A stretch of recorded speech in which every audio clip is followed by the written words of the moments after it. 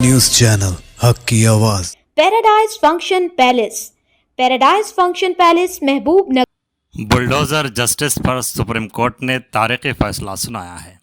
Supreme court ने bulldozer के ज़रिए फौरी तौर पर जायदादों को मिसमार करने से मुताल्लिक़ रहनुमा खतूत वज़ा किए जो पूरे हिंदुस्तान के लिए लागू होंगे। सुप्रीम कोर्ट ने सख्त रुख अपनाते हुए कहा कि एग्जीक्यूटिव जज नहीं बन सकता, किसी मुलजिम को मुजरिम करार नहीं दे सकता और ना ही उसका घर गिरा सकता है। तारीखी फैसला जमीयत उलमा हिंद की तरफ से दायर करदा एक दरख्वास्त पर आया है, जिसमें रियासती हुकूमतों की जानिब से गैर कानूनी तौर पर बुलडोज़र कार्रवाइयाँ करने पर एतराज़ जताया गया था।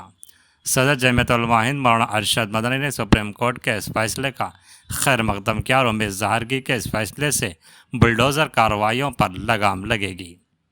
सुप्रीम कोर्ट ने कहा कि बुलडोज़र चलाकर किसी का घर तोड़ना जुर्म की सज़ा नहीं है।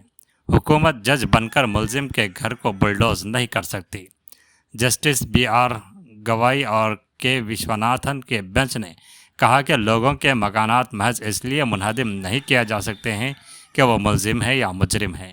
फैसला सुनाते हुए जस्टिस गोई ने कहा कि रातों रात सड़कों पर ख़वातीन और बच्चों को देखना खुशकुन मंजर नहीं है।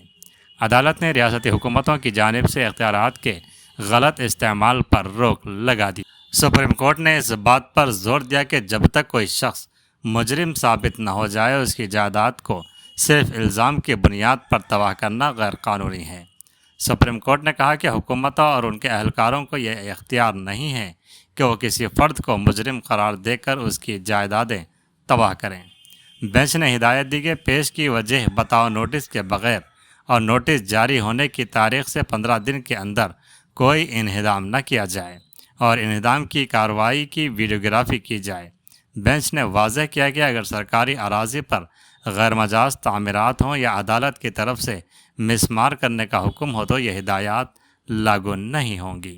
अदालत उज़्मा ने कहा कि आइन और फौजदारी कानून की रोशनी में मुलजिमान और मुजरिमों को कुछ हुकूक़ और तहफ़्फ़ुज़ात हासिल हैं। समझते हैं कि कोर्ट ने बिल्कुल सही मौक़िफ़ अपनाया है, स्टैंड अपनाया है।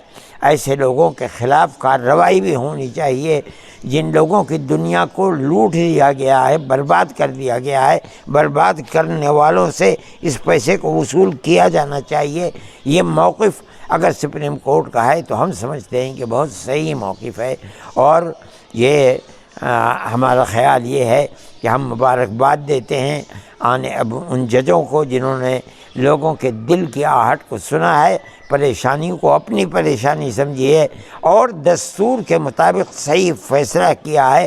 खुदा करे हमारे मुल्क के अंदर अमन व अमान और इसी तरह गरीबों को सही हक़ देने के फ़ैसले होते रहें और मुल्क के अंदर अमन व अमान कायम रहे।